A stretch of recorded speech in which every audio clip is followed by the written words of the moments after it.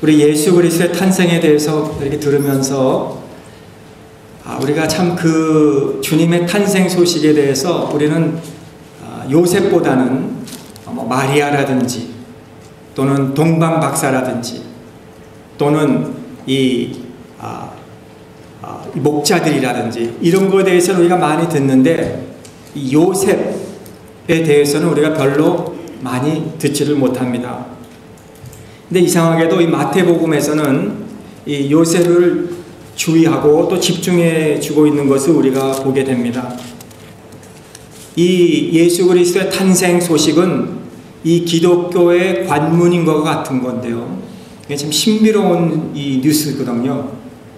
예수님이 어떻게 동정녀 마리아에게서 성령으로 잉태되고 탄생을 했는가, 이거를 믿지 못하면 그 후로 나오는 모든 말씀들을 우리가 믿을 수가 없는 것입니다. 그러나 오늘 겸손하게 예수 그리스도께서는 동정녀 탄생을 하셨구나, 우리가 그걸 겸손하게 받아들이고 믿으면 이 성경은 그 후로 나오는 모든 이 약속의 축복을 우리가 받게 되는 줄을 믿습니다. 하나님이 인간의 몸을 입으시고 찾아오신 우리 예수님, 그리고 임마누엘 되셔서 오늘도 우리와 함께 하시는 예수님, 오늘 이 진리를 내 마음에 품고 오늘도 그분을 우리가 의지하고 바라보고 살 때 하나님의 은총을 우리가 덧입을 수 있는 줄을 믿습니다. 너는 범사의 그를 인정하라. 그리하면 그가 내 길을 지도하시리라. 아멘. 우리가 그를 인정하면 그분이 저와 여러분의 인생의 길을 지도해 주신다, 이렇게 말씀했어요. 그래서 오늘 이 성경, 이 마태복음 첫 장이잖아요. 첫 장에 들어가는 이 관문과 같은 이 장에서 오늘 예수 그리스도의 탄생의 의미가 무엇이며, 오늘 우리가 이 요셉의 눈으로 예수 그리스도의 탄생을 한번 오늘 바라보면 그런 시간이 되면서 오늘 은혜 받기를 원합니다. 이 요셉이 아마 이때 나이가 20대, 아마 여러분의 아들, 자녀, 딸보다도 더 어린 청년이에요. 지금 20대 되는 이 청년 요셉이 처녀와 지금 정혼해서 이제는 결혼하기로 약속한 이 처녀에게 잉태됐다는 그 소식을 들었을 때, 그리고 그 잉태된 것이 자기가 아니었다는 것을 들었을 때에 이 요셉이 어떻게 반응했을까? 그 요셉이 하는 그 질문이 오늘 우리에게도 질문이 되어야 돼요. 만약에 그 요셉이 나였다면 나는 어떻게 그 소식에 반응할 것인가? 라는 그런 오늘 말씀을 오늘 이 본문을 통해서 드리기로 원합니다. 첫째는 요셉에게 이 소식이 들렸을 때 요셉의 인생이 완전히 뒤집어졌어요. 여러분, 인생이 예수 그리스도를 통해서 뒤집어지셨습니까? 요셉은 예수 그리스도의 아이, 이 잉태된 소식을 듣기 전에는 평범한 삶을 살았어요. 그의 인생은 편안했습니다. 아무 문제가 없었습니다. 그런데 오늘 18절, 예수 그리스도의 나심은 이러하니라. 그 모친 마리아가 요셉과 정혼하고 동거하기 전에 성령으로 잉태된 것이 나타났더니, 요 정혼한다는 요거는 이 약혼이랑 비슷한데, 그때 당시에 이 정혼은 약혼보다 더 좀 깊은 의미가 있어요. 이거는 결혼은 아니지만 만약에 이 정혼한 여인과 내가 살기 싫으면은 이혼을 해야 되는 정도로 조금 더 약혼보다 깊은 의미가 있다는 거예요. 19절에 봐도 남편 요셉, 그리고 24절에 봐도 그 아내 데려오기로 데려왔다는 것을 보면은 이 정혼했지만은 결혼한 거나 마찬가지로 서로 남자는 남편이고 아내는 여자는 아내로 그렇게 바라볼 그런 단계에 있었다는 거예요. 그런데 이 정혼한 여자가 잉태를 한 거예요. 이 사실이 언제 요셉이 발견했는지 성경은 없어서 모르지만요, 누가복음에 보면은 천사 가브리엘이 마리아에게 이르면서 은혜를 받은 자여 평안할지어다, 주께서 너와 함께 하신다. 내가 숫대의 아들 낳으리니 이름을 예수라 하라. 보라, 네 친족 엘리사벳도 아이를 낳을 수 없었는데 이제는 아들을 배웠느니라 라고 했을 때 마리아가 이 소식을 듣고 산을 향하여 빨리 엘리사벳 달려갔다는 거죠. 그렇게 엘리사벳에게 향하여 달려가면서 가던 중에 아마 요셉에게 말하고 지금 이 소식을 말하고 가서 요셉이 잉태된 것을 알았는지, 아니면 마리아가 엘리사벳으로 가면서 어머니에게, 아버지에게 엄마 아빠 나 지금 엘리사벳 집에 갈 테니까 내가 지금 이런 소식을 들었습니다 하고 가서 거기 있을 동안에 그 마리아의 부모님이 요셉에게 가서 지금 이런 일이 일어났다고 얘기했는지 우리는 모르겠지만, 분명한 한 가지는 마리아가 이 엘리사벳 집에서 돌아왔을 때 요셉이 이 지금 마리아가 잉태된 소식을 알게 되었다는 거예요. 자, 이때에 요셉의 이 청년의 마음이 무너져 내렸겠죠. 이제 앞으로 결혼해서 가정을 이루고 자녀도 이제 낳아야 되는데, 자기에게 이 불충실한 이 처녀가 자기 아이도 아닌 어떤 배가 불러서 지금 어떤 모습으로 지금 서 있을 때 얼마나 마음이 아프고 얼마나 의문이 생기고 얼마나 분이 났겠습니까? 그런데 오늘 19절에 보면은 그 남편 요셉은 의로운 사람이라 저를 드러내지 아니하고 가만히 끊고자 하였다 그랬습니다. 여기 마태는 요셉은 의로운 사람이다. 요 의로운 사람은 하나님을 사랑한 사람이다. 하나님의 말씀을 사랑한 사람이다. 하나님의 말씀을 믿은 사람이다. 그렇다면 하나님이 결혼을 시켜주는 것도 믿고 하나님께서 이 제정하신 것도 믿고, 그러므로 이 하찮은 일로 인해서 문제를 삼지 않고 의로운 사람에게 조용히 가만히 끊고자 했다. 그렇게 말씀하고 있습니다. 자, 당시에 유대인들에게 이혼하는 방법 두 가지가 있는데, 하나는 조용히 하는 방법이 있고 하나는 시끄럽게 하는 방법이 있습니다. 조용히 이혼하는 방법은 그저 서류를 줘서 그 정혼한 처녀에게 나 이제 살지 말자 우리 하면서 이렇게 서티피켓을 줘서 우리 살지 않는 걸로 하는 게 있고, 하나는 이것을 시끄럽게 하는 방법은 이것을 법정으로 가져가서 시끄럽게 해서 이 처녀를 앞으로 더 이상 다른 남자도 사귀지도 못하고 앞으로 인생이 아주 어렵고 힘들게 하는 방법이 있는 거예요. 그래서 이 처녀는 죽는 날까지 그 지적을 받으면서 사회에서 손가락질을 당하면서 살아야 된다는 거예요. 그러나 요셉은 의로운 자고 하나님 사랑한 자고 하나님 말씀을 사랑한 자고, 그리고 그녀를 불명예스럽게 하지 않기 위해서 가만히 끊고자 하였다는 말씀이 여기 있습니다. 자, 20대 청년의 마음이 이랬다는 거예요. 그리고 20절에 보니까 이 일을 생각할 때, 요셉이 이렇게 생각할 때 주의 사자가 현명하였다고 합니다. 그러므로 그 순간까지도 요셉이 가만히 끊고자 하는 그 순간까지도 의롭지만은 그 마음에는 평안이 없었다는 거예요. 여러분, 오늘 첫 번째 대지에서 제가 이 소식을 듣고 요셉이 뒤집어졌다 그랬죠? 여러분, 예수님을 만나면 우리는 뒤집어지는 거예요. 우리는 마음에 평안이 없는 거예요. 자, 긍정적으로 뒤집어졌다는 의미는 이런 거죠.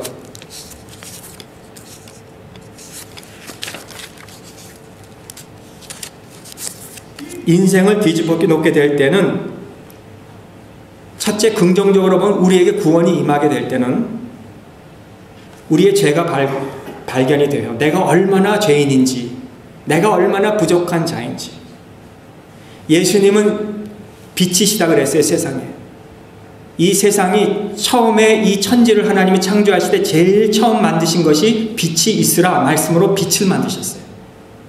마치 우리가 이 캄캄한 밤에 방에 들어가서 불을 딱 켜면 갑자기 어두움이 싹 없어지는 것 같이 이 빛이 세상에 오시면 어두움이 사라지게 되어 있는 거예요. 예수님이 오시면 어두움이 물러갑니다. 우리도 마찬가지예요. 우리도 예수님을 모를 때는 어두움에 있음에도 불구하고 어두움인지도 몰랐지만 예수님이 우리 인생의 빛으로 찾아오시면 가난한 자에게는 기쁜 소식이고 포로된 자에게는 자유와 해방을 주고 눌린 자에게는 치료를 허락해 주시는 이 빛이 우리에게 임하면 두 가지 반응이 오는데, 첫째는 긍정적인 반응, 내가 얼마나 죄인인가를 깨닫게 되는 거예요. 내가 이렇게 더러운 인간이구나, 우리의 죄를 밝히 드러내게 해준다는 거예요. 예수님이 없이 살았던 내가 얼마나 허무한 인생을 살았구나, 그런데 내가 예수님을 지금 만났구나. 여러분, 어두움의 세계가 물러가면서 내가 이 빛 안에서 내 죄가 얼마나 더럽고 이 캄캄하고 어두운 것인지를 발견하게 되는 거예요. 그러면서 내가 하나님 없이는 나는 못 살겠구나. 내가 얼마나 예수님이 필요한 자인지를 그때 깨닫게 되는 거예요.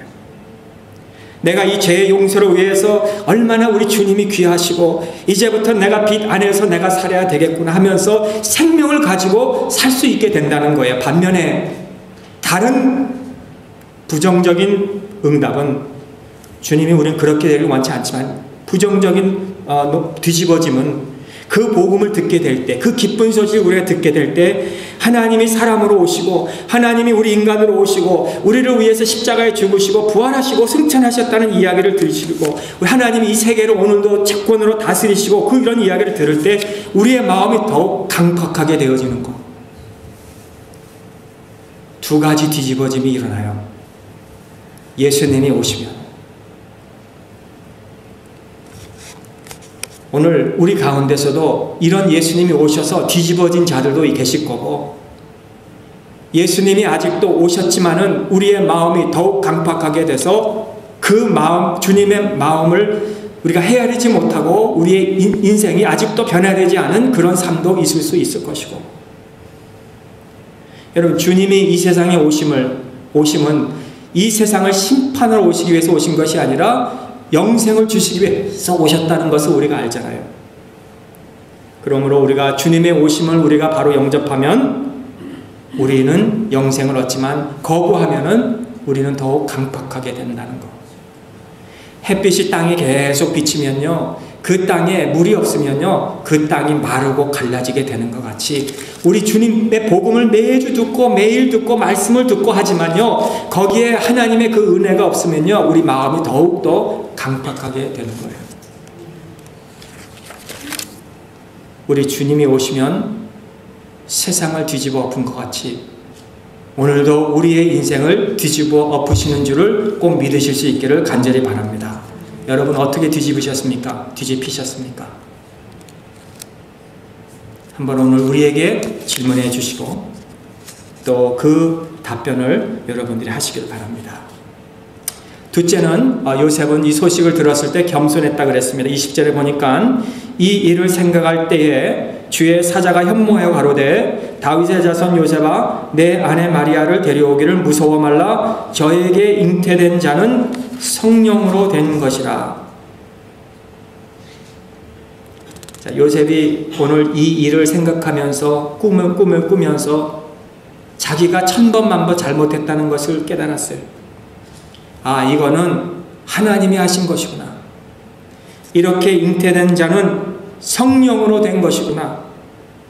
이 비밀을 말씀해 주셨어요. 700년, 750년 전에 이사야 선지자가 7장 14절에 주께서 친히 징조로 너에게 주실 것이라. 보라, 처녀가 잉태하여 아들을 낳을 것이요 그 이름은 임마누엘이라 하리라. 이렇게 750년 전에 주신 그 말씀을 아마 요셉도 의로운 자기에 깨달았을 거예요. 주의 사자가 꿈으로 주시는 그 내용을 지금 전하는데 그 잉태된 아기가 내가 잘못 생각하고 있는 것을 깨닫게 했던 거예요. 아, 이거는 하나님의 아들이구나. 성령으로 잉태된 것이구나. 이거는 창세기 15장 3장 15절 말씀처럼 내가 너로 여자와 원수가 되게 하고 너의 후손의 여자의 후손과 원수가 되게 하리니 여자의 후손은 내 머리를 상하게 할 것이요 너는 그 발꿈치를 상하게 할 것이라고 한 그 말씀이구나. 여러분 창세기 3장 15절의 말씀을 우리가 알잖아요. 거기에 그 말씀의 내용의 뜻은 이겁니다. 첫째는 사람과 마귀는 서로 원수가 되게 한다는 거예요. 둘째, 여자의 후손이라는 이 말씀은 그리스도의 동정녀 탄생을 예언한 말씀입니다. 모든 사람은 남자의 씨로 난 후손들입니다. 예수님만 여자의 후손으로 그 씨로 나오게 된다는 거예요. 그래서 사도 바울은 때가 참에 하나님이 그 아들을 보내서 여자에게서 나게 하시었다라고 히브리서 2장 11절 이하에 증거하면서 그리스도를 여자의 씨라고 그렇게 말씀했다는 거예요.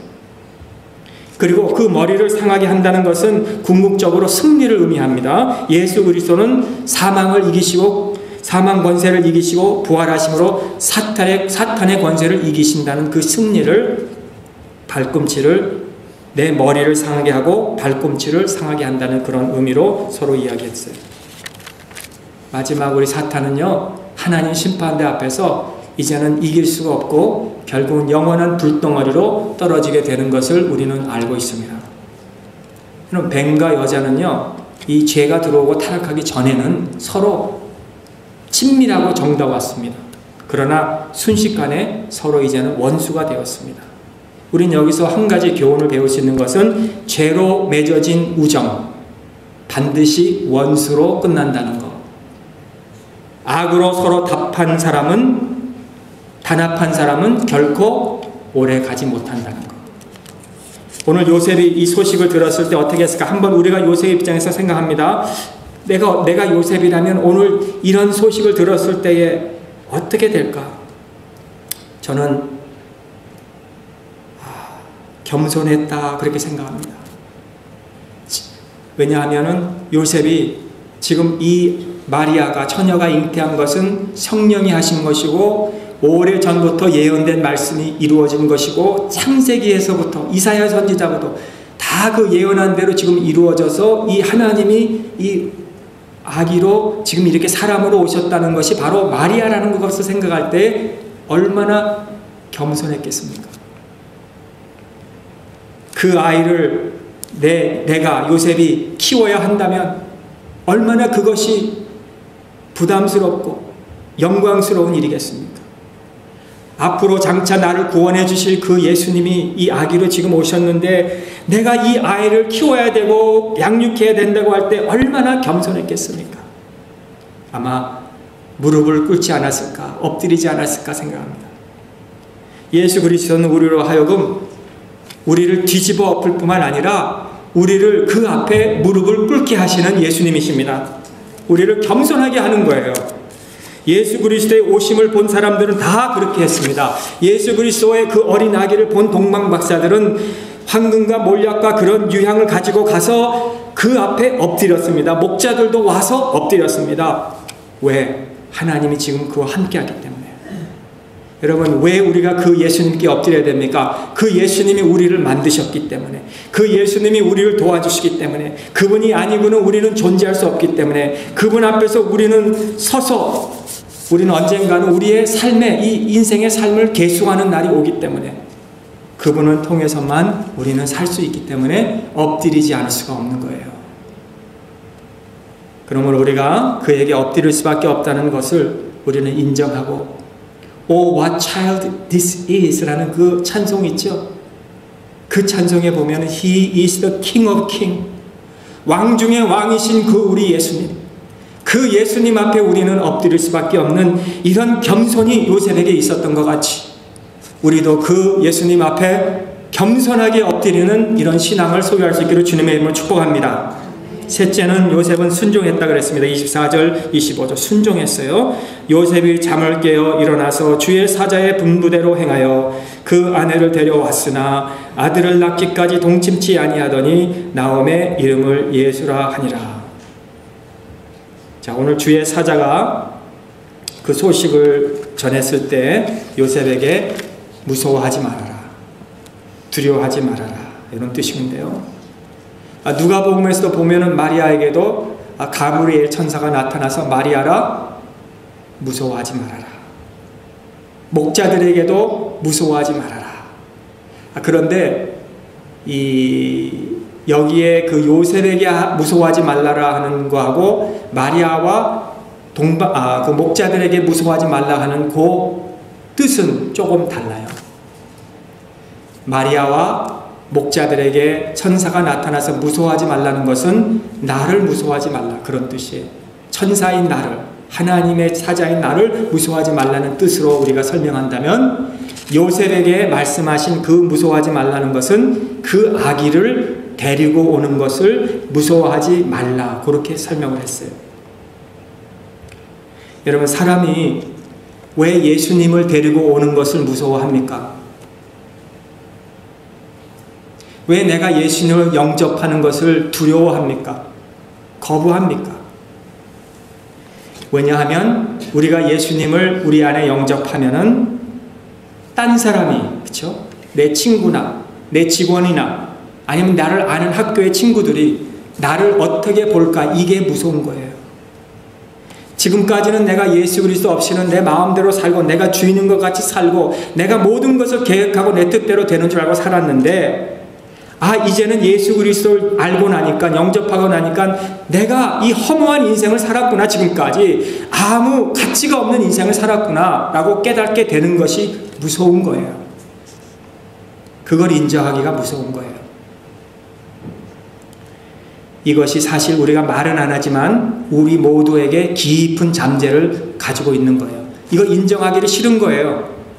내가 예수 그리스도 없이는 아무 의미가 없었구나 라는 것을, 또 내가 예수 그리스도를 영접하면은 다른 사람들이 나를 어떻게 보는가, 그것이 두려운 거예요.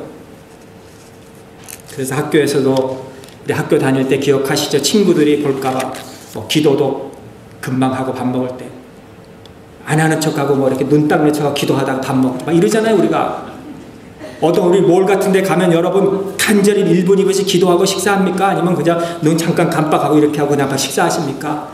사람들이 볼까봐 두려운 거예요. 저 사람 예수 믿는가 보다, 저렇게 약한 사람이구나, 혼자 스스로 못 사는구나, 저렇게 예수님을 의지해만 사는구나, 이렇게 할까봐. 안 그렇습니까, 여러분?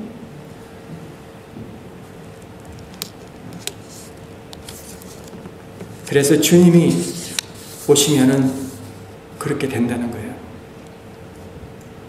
오늘 이 성탄의 계절에, 오늘 첫 주일에, 오늘 우리가 또다시 이 성탄 계절을 우리가 맞이하고 그저 오고 가는 그런 계절이 아니라, 하나님의 아들이 육신으로 이 땅에 오신 것은 죄인을 구원하기 위해서 오셨다는 이 사실을 우리가 잊지 말고, 우리가 그 주님을 정말 내 마음에 영접하는 것을 두려워하지 마시고, 우리가 그 주님을 이번 계절에 우리 마음으로 주님을 영접할 수 있는 축복이 있기를 간절히 기도합니다.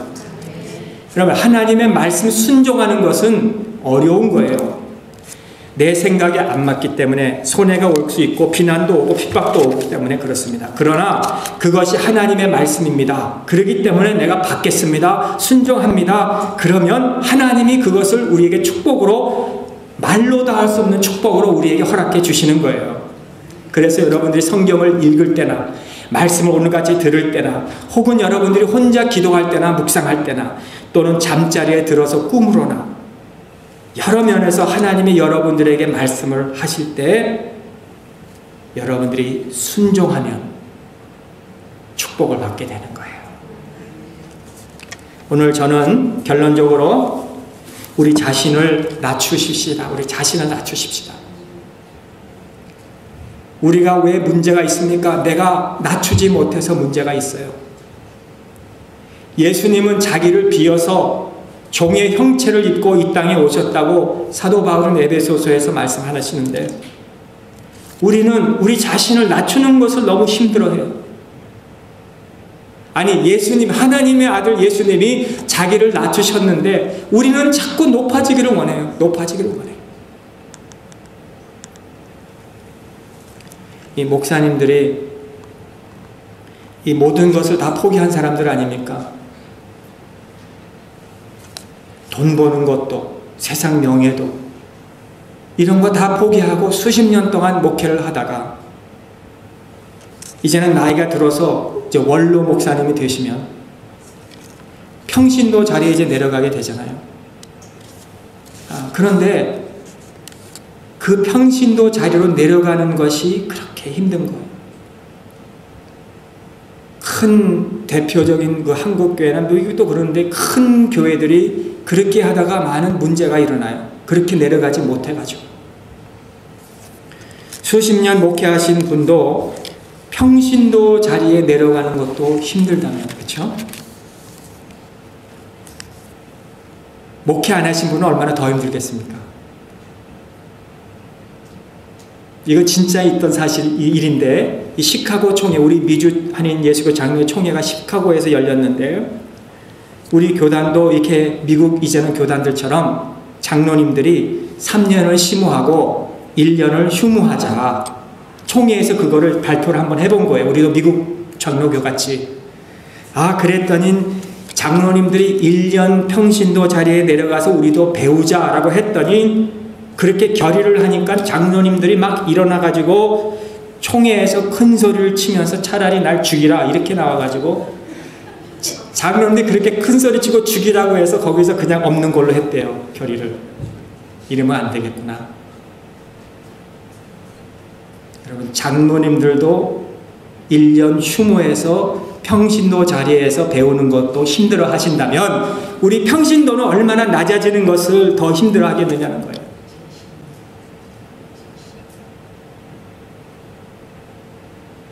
이거 우리들의 얘기예요. 우리들의. 이건 목사님을 흉보고 장로님들을 흉보는 게 아니라 우리들이에요. 우리들. 낮아지지를 못해요. 이 부부도 마찬가지입니다. 아내가 조금 낮아지고 남편이 조금 낮아지면 잘 살 수 있는데 그거 낮아지지 못해서 어려움을 겪는 부부들이 얼마나 많아요. 한번 따라해보겠습니다. 낮아집시다.